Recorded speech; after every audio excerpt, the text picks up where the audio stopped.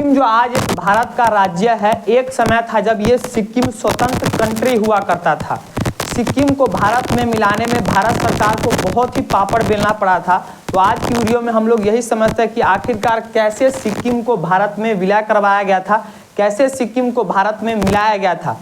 दरअसल अंग्रेजों ने भारत को आज़ाद करने से पहले ही सिक्किम को आज़ाद कर दिया था, सिक्किम को एक स्वतंत्र देश घोषित कर दिया था। इस सिक्किम में चोग्याल वंश का शासन चलता था, सिक्किम में राजा का शासन होता था। तो जब अंग्रेजों ने 15 अगस्त 1947 ईस्वी को अपने भारत को आज़ाद किया तो उस समय भारत में आप सभी को पता है कि लगभग 565 से ज़्यादा देशी रियासतें थे। इन देशी रियासतों को भारत में विलय कराने की जिम्मेदारी सरदार पटेल को दी गई थी। सरदार पटेल ने अपनी जिम्मेदारी को बखूबी निभाया था, लगभग सभी देशी रियासतों को भारत में मिला लिया था। सरदार पटेल चाहते थे कि ये सिक्किम भी भारत में मिल जाए, क्योंकि सिक्किम प्राचीन काल से ही भारत का हिस्सा रहा था, अखंड भारत का हिस्सा रहा था। लेकिन हमारे उस समय भारत के प्रधानमंत्री जवाहरलाल नेहरू नहीं चाहते थे कि सिक्किम भारत में मिले। ये इसलिए नहीं चाहते थे क्योंकि नेहरू जी को इस बात का डर था कि अगर भारत किसी प्रकार अगर बलपूर्वक से सिक्किम को भारत में मिलाता है, क्योंकि सिक्किम अपनी स्वेच्छा से भारत में मिलना नहीं चाहता था, तो नेहरू जी सोचते थे कि अगर किसी प्रकार अगर सिक्किम को बलपूर्वक भारत में मिलाने के लिए दबाव डाला जाए तो चाइना तिब्बत पर कब्जा कर लेगा। ये जो आपको तिब्बत दिखाई दे रहा है, अभी 1959 ईस्वी तक ये तिब्बत एक स्वतंत्र कंट्री हुआ करता था, लेकिन 1959 ईस्वी ने चाइना ने इस पर कब्जा कर लिया। तो नेहरू जी को उस समय इस बात का डर था कि अगर भारत जबरदस्ती सिक्किम को भारत में मिलाने का प्रयास करेगा तो चाइना भी तिब्बत पर कब्जा कर लेगा, क्योंकि चाइना फिर दुनिया को कह सकता है कि जैसे भारत ने सिक्किम पर कब्जा कर लिया तो हम तिब्बत पर कब्जा क्यों नहीं कर सकते थे। इस कारण नेहरू जी ने सिक्किम पर कोई दबाव नहीं बनाया कि वो भारत में विलय करें। आगे चलकर 1950 ईस्वी में सिक्किम और भारत के बीच एक संधि हुआ। इस संधि के तहत जो सिक्किम था ये भारत का प्रोटेक्टोरेट राज्य बन गया। प्रोटेक्टोरेट राज्य कहने का मतलब ये हो गया, कहा गया कि जो सिक्किम का जो बाहरी सुरक्षा है, विदेशी मामला है, रक्षा है, ये सब भारत देखेगा, बाकी आंतरिक मामला जो भी है ये सिक्किम देखेगा। लेकिन आगे चलकर ये महसूस किया गया, आप सभी को पता है कि 1962 ईस्वी में इंडो चाइना वॉर हुआ। इंडो चाइना वॉर जब समाप्त हुआ तब भारत सरकार का उस समय आँख खुला कि ये जो अपना अभी भारत अपने पूरे भारत को, इस साइड वाले उत्तर भारत को, यानी पूरा मुख्य भारत जो है, उत्तर भारत को जो है पूर्वोत्तर भारत से जोड़ने वाला जो ये रास्ता दिखाई दे रहा है, ये पतला सा रास्ता, इसको बोलते हैं सिलीगुड़ी कॉरिडोर, यानी ये वेस्ट बंगाल का रास्ता है। ये सिलीगुड़ी कॉरिडोर को आप लोग इस मैप में भी देख सकते हैं। ये हो गया सिलीगुड़ी डोर, ये वेस्ट बंगाल का हिस्सा है, बहुत ही पतला हिस्सा है। इसकी जो चौड़ाई है, इस सिलीगुड़ी कॉरिडोर की जो चौड़ाई है मात्र 17 किलोमीटर और जो लंबाई है ये 60 किलोमीटर। तो ये सिलीगुड़ी कॉरिडोर ही एक ऐसा रास्ता है जो अपने भारत को, उत्तर भारत को या मुख्य भारत को नॉर्थ ईस्ट के राज्यों से जोड़ता है। तो उस समय भारत सरकार को आँख खुला कि अगर चाइना ने किसी प्रकार ये सिलीगुड़ी कॉरिडोर पर कब्जा कर लिया, इस पर हमला कर दिया, ज़्यादा चौड़ा भी नहीं है, मात्र आप देख रहे हैं 17 किलोमीटर चौड़ाई है, अगर इसको यहाँ से ऐसे ब्लॉक कर दिया तो फिर क्या है, तब तो हमारा नॉर्थ ईस्ट से डायरेक्ट रास्ता टूट जाएगा। और यहाँ से चाइना का दूरी ज़्यादा था नहीं, क्योंकि यहाँ पर देख रहे हैं चुम्बी वैली है, चुम्बी वैली है। इस चुम्बी वैली से सिलीगुड़ी की दूरी मात्र 130 किलोमीटर है। तो यहाँ से अभी चाइना को यहाँ पर कब्जा करना बहुत ही आसान था। तब भारत सरकार को आँख खुला कि नहीं, हमको किसी प्रकार से सिक्किम को अपने भारत का हिस्सा बनाना ही पड़ेगा, क्योंकि विशेष परिस्थिति में जब हमारा सिक्किम जब राज्य रहेगा तो सिक्किम भी पहाड़ी इलाका है, तो यहाँ पर रह के हमारा अगर ये हमारा हिस्सा रहेगा तो यहाँ से हम चाइना को काउंटर कर सकते हैं। चाइना पर बॉर्डर पर हम देख सकते हैं कि चाइना क्या हरकत करता है। लेकिन आगे चलकर जब ये सब आगे चलकर आपको पता है कि पंडित जवाहरलाल नेहरू जी की मृत्यु आती है। जब उनकी मृत्यु होती है तो यहाँ के जो राजा थे, सिक्किम के जो उस समय राजा थे, उस राजा यही राजा हो गया, इसका नाम था पलदेन नामग्याल।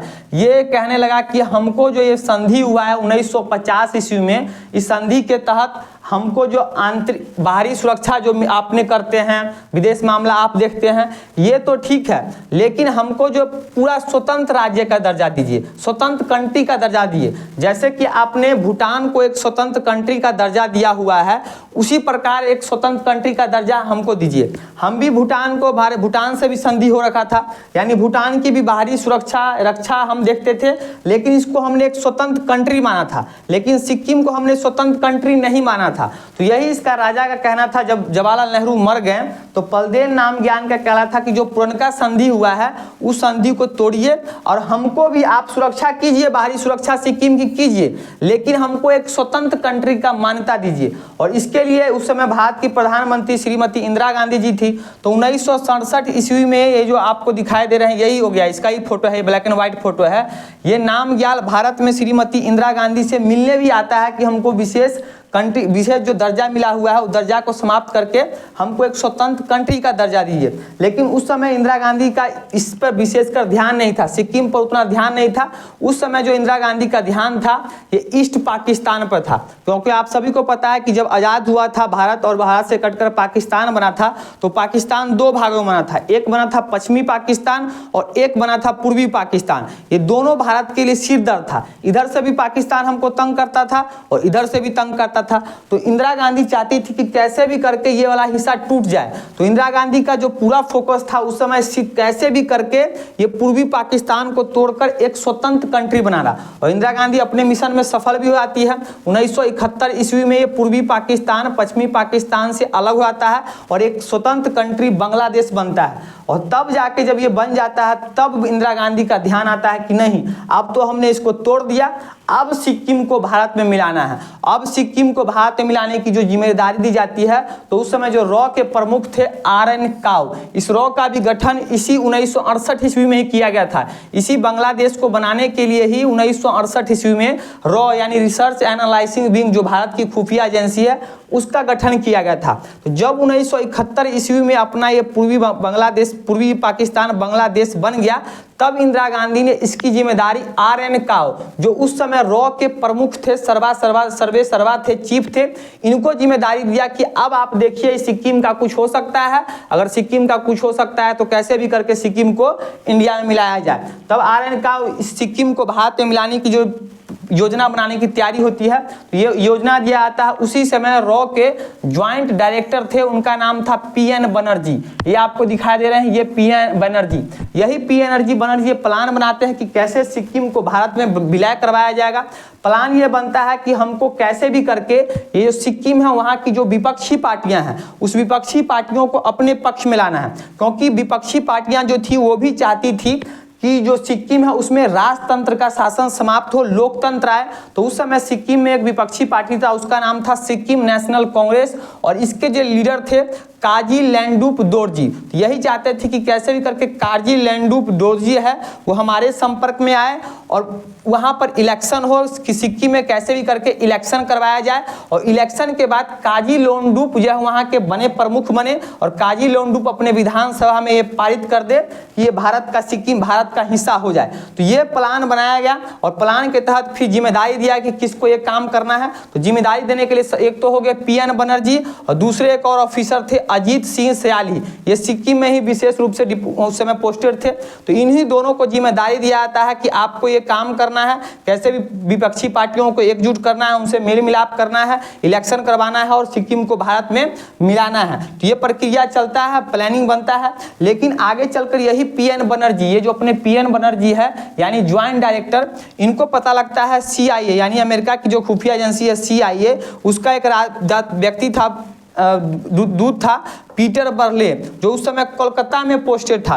ये पीटर बर्ले को बुलाया गया था, सिक्किम में इनवाइट किया था। यानी ये जो सिक्किम का जो राजा आपको दिखाई दे रहा है पलदेन नामग्याल, इस पलदेन नामग्याल ने इस CIA के एजेंट पीटर बर्ले को सिक्किम में बुलाया हुआ था। तो ये पीटर बर्ले यहाँ से गया सिक्किम में मिलने के लिए और सिक्किम में जाकर इस राजा पलदेन नामग्याल से भी मिला और विपक्ष का जो लीडर है काजी लेंडुप दोरजी यानी दोनों से मिला। यानी अमेरिका चाहता था कि सिक्किम भारत का हिस्सा नहीं बने, वो भी प्लान बनाया था। तो ये जानकारी जैसे PN बनर्जी को पता लगता है कि पीटर बर्ले सिक्किम आया हुआ है और यहाँ राजा से भी मिला है और विपक्षी पार्टी का लीडर है उससे भी मिला है, तब ये लोग कहता कि नहीं हमको अपना प्लान जो है जल्दी से जल्दी लागू करना होगा किसी भी प्रकार हमको, क्योंकि अगर ये सिक्किम इंटरनेशनल अगर इशू बन गया, अमेरिका सिक्किम को इंटरनेशनल इशू बना देगा और जैसे इंटरनेशनल अगर ये इशू बन जाएगा सिक्किम, तो सिक्किम को भारत में विलय कराना बहुत ही मुश्किल हो जाएगा। कैसे आप सभी को पता है कि जम्मू कश्मीर को इंटरनेशनल UN में लेकर लेके चले गए हमारे जवाहरलाल नेहरू खुद, और इंटरनेशनल इशू बन गया। तो बहुत ही देखते हैं अभी तक 2019 तक जो है हमको दिक्कत का सामना करना पड़ा था। तो वही चाहते थे यहाँ पर कि पीटर PN बनर्जी कि ये जो है इंटरनेशनल इशू नहीं बनना चाहिए। तब इन्होंने प्लान बनाया कि नहीं, कैसे भी करके इस सिक्किम में जनता से विद्रोह करवाया जाए, क्योंकि जनता भी चाहती थी, जो सिक्किम की जनता थी, यहाँ सिक्किम की जनता वो भी चाहती थी कि यहाँ पर लोकतंत्र का स्थापना हो। जो विपक्षी पार्टियां हैं वो भी चाहती थी जो है अपना लोकतंत्र का स्थापना हो। तब इन्होंने रॉ के अधिकारियों ने ये प्लान बनाया कि जनता से कैसे भी करके सिक्किम में आंतरिक विद्रोह करवाया जाए, अशांति फैला दिया जाए। और जब अशांति सिक्किम में फैल जाएगा तो मजबूरन जो वहाँ का राजा है पलदेव नामग्याल, ये भारत से मदद मांगने के लिए आएगा, क्योंकि भारत तो सिक्किम की बाहरी सुरक्षा कर ही रहा था, रक्षा सुरक्षा कर रहा था। तो अगर आंतरिक सुरक्षा भी इसको कुछ दिक्कत होगा तो ये भारत से मदद मांगने के लिए आएगा। वैसा हुआ ही। मौका ये हुआ कि 4 अप्रैल 1973 ईस्वी को ये जो पलदेव नामग्याल है अपना 50 साल का 50वां बर्थडे मना रहा था, यानी 50 साल का हो गया था। तो जब ये अपना बर्थडे मना रहा था तो बाहर में ही जनता विद्रोह प्रदर्शन कर रही थी, क्योंकि भारत ही रचना रचा हुआ था कैसे कैसे करवाना है। तो भारत में जनता इसके खिलाफ विद्रोह प्रदर्शन भारत कर रहे हैं, बाहर में जनता इसके खिलाफ विद्रोह प्रदर्शन कर रही थी। और जब इसका बर्थडे हो रहा था तो उसी समय इसका बेटा था वेजिंग, ये राजभवन यानी जहां पर ये पलदेव नामग्याल सिलीगुड़ी में रहता था राजभवन में, उसी के टूर पर निकला हुआ था। तो जनता विद्रोह प्रदर्शन कर रही थी, इसके बेटे को घेर लेती है, बेटे को चुराई उड़ाई करने का प्लान करती है। तो मजबूरन में क्या करते हैं, जो इसका बेटा वेजिंग है उसके सैनिक गोली उलीबारी करते हैं, जिसमें आम 2 नागरिक का जो है मृत्यु हो जाता है, जिसके बाद फिर और धरना प्रदर्शन चालू हो जाता है। जो विपक्षी अपना लीडर था वहाँ का सिक्किम नेशनल कांग्रेस, ये काजी लैंडरुप, ये पूरा एकदम विद्रोह प्रदर्शन कर रहा था कि आम नागरिक मारे गए हैं। तब जाके फिर पूरा एकदम दिक्कत होता है। तब पलदेव नामग्याल भारत से मदद मांगने के लिए आता है। भारत तो चाहता ही था, क्योंकि ये भारत का ही प्लान था, सब तो भारत के प्लान के अनुसार यानी रॉ के प्लान के अनुसार ही हो रहा था। तब जाकर पलदेव नामग्याल भारत से मदद करने आता है कि हम आंतरिक सुरक्षा हमारी कीजिए, कैसे सुरक्षा होगा। तब जाके 8 अप्रैल 1973 ईस्वी को भारत और सिक्किम में संधि होता है। इस संधि के तहत ये कहा जाता है कि आंतरिक सुरक्षा भी यानी प्रशासनिक सुविधा, यानी सिक्किम के अंदर का जो भी प्रशासनिक व्यवस्था है ये भी भारत के अंडर में ही होगा। देख रहे हैं भारत कैसे रॉ कैसे अपना अपना काम कर रहा है। तो यानी इस संधि के तहत जो 8 अप्रैल 1973 को भारत और सिक्किम में संधि होता है, इस संधि के तहत यानी भारत कहता है कि हम आपकी आंतरिक सुरक्षा भी हम ही करेंगे, यानी प्रशासनिक हम ही देखेंगे। तो यहाँ ये संधि होता है। फिर 1 महीने बाद 8 मई 1973 ईस्वी को फिर जो है सिक्किम यानी राजा पलदेव नामग्याल और भारत के बीच एक संधि होता है। इसमें यह कहा जाता है कि अब जो है आप पर जो सिक्किम में जो आपका अधिकार रहेगा वो सिर्फ राजमहल यानी जो इसका आवास था उस राजमहल पर आपका अधिकार रहेगा। और ये राजमहल के सुरक्षा में जो आपके निजी गार्ड सब है, जो आपके चाटुकार हैं, वहीं पर उसी पर आपका अधिकार रहेगा। बाकी जो आपकी नेवी है, पुलिस है, ये सब हमारे इंडियन आर्मी यानी भारत के अंदर में काम करेगा। तो यहाँ ये संधि होता है। लेकिन आप सभी को पता है कि इंदिरा गांधी का मूड था कि कैसे भी करके हमको ये सब एकदम भारत में इसको मिला ही लेना है। तो इसी फिर 1974 ईस्वी में सिक्किम में चुनाव होता है, सिक्किम में चुनाव करवाया जाता है। जब चुनाव होता है वहाँ पर तो जनता आप जानते हैं कि लोकतंत्र की स्थापना करना चाहते थे, और लोकतंत्र की स्थापना ये काजी लैंडरुप दोरजी भी चाहते थे। तो काजी लैंडरुप दोरजी को जो है अच्छा खासा वोट मिलता है, ये जीत कर आते हैं, काजी लैंडरुप जीत कर आते हैं। और फिर विधानसभा में ये प्रस्ताव पेश किया जाता है कि भारत जो है सिक्किम जो है ये भारत का हिस्सा बनेगा। और फिर यह हमारे संविधान में भी संशोधन किया आता है। 35वां संविधान संशोधन हमारे संविधान में किया जाता है 1974 ईस्वी में। और सिक्किम को भारत का सह राज्य का दर्जा, सह राज्य यानी सिक्किम जो था ये भारत का पूरा राज्य नहीं बनता है, ये सह राज्य बोलते हैं कि आप अभी भारत का हिस्सा बने हो, आप देखो कि भारत आपके साथ कैसा व्यवहार करता है, आपको कैसा सुविधा देता है, तब आप डिसाइड करना कि आप भारत में मिलोगे कि नहीं मिलोगे। तो कैसे नहीं मिलेगा, तो ये आपको 35वां संविधान 1974 ईस्वी में होता है, सिक्किम सह राज्य बनता है। लेकिन मैंने आपको पहले बताया कि इंदिरा गांधी चाहती थी कि कोई सह राज्य नहीं, पूर्ण राज्य से नीचे कुछ नहीं चलेगा, यानी सिक्किम जो है एकदम प्योर जो है भारत का राज्य होना चाहिए, कोई सहता नहीं होना चाहिए। फिर 1 साल चलकर जो है खूब विद्रोह एकदम हल्ला पल्ला विद्रोह प्रदर्शन होता है। और फाइनली 8 अप्रैल 1975 ईस्वी को पूरे अपने सिक्किम में रेफरेंडम यानी कि जनमत संग्रह करवाया जाता है। जनमत संग्रह जनमत संग्रह, सॉरी 8 अप्रैल 1975 ईस्वी को, यहाँ पर मैंने आपको ये थोड़ा एरर हो गया, 8 अप्रैल 1975 ईस्वी को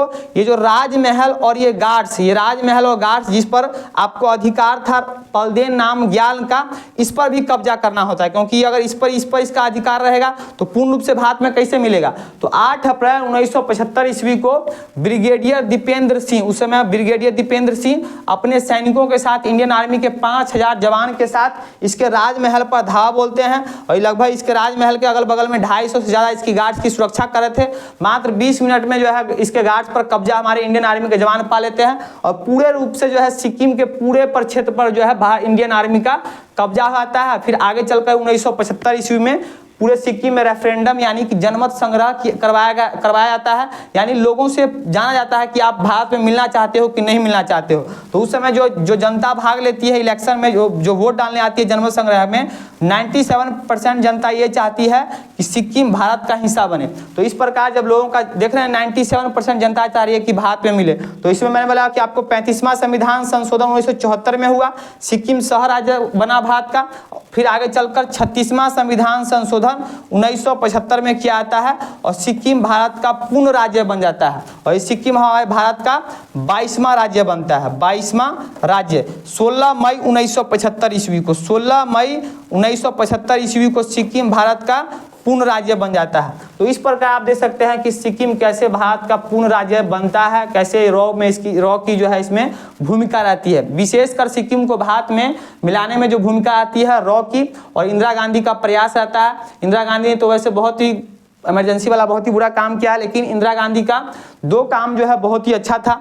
एक तो ये पूर्वी पाकिस्तान को बांग्लादेश बनाना, दूसरा सिक्किम को भारत में मिलाना। ठीक है, तो आप लोग समझ गए हो कि सिक्किम कैसे भारत में मिला। तो अगर ये जानकारी अच्छा लगा हो तो इस वीडियो को ज़्यादा से अपने दोस्तों के साथ शेयर कीजिएगा। अगर आप लोग इस वीडियो को मेरे फेसबुक पेज पर देख रहे हैं तो मेरे फेसबुक पेज शुभम नारायण को फॉलो कीजिएगा। अगर यूट्यूब पर देख रहे हैं तो मेरे यूट्यूब चैनल शुभम नारायण को सब्सक्राइब कीजिएगा। आज के इतना ही, मिलते हैं नेक्स्ट वीडियो में नए टॉपिक के साथ। तब तक के लिए जय हिंद, जय भारत।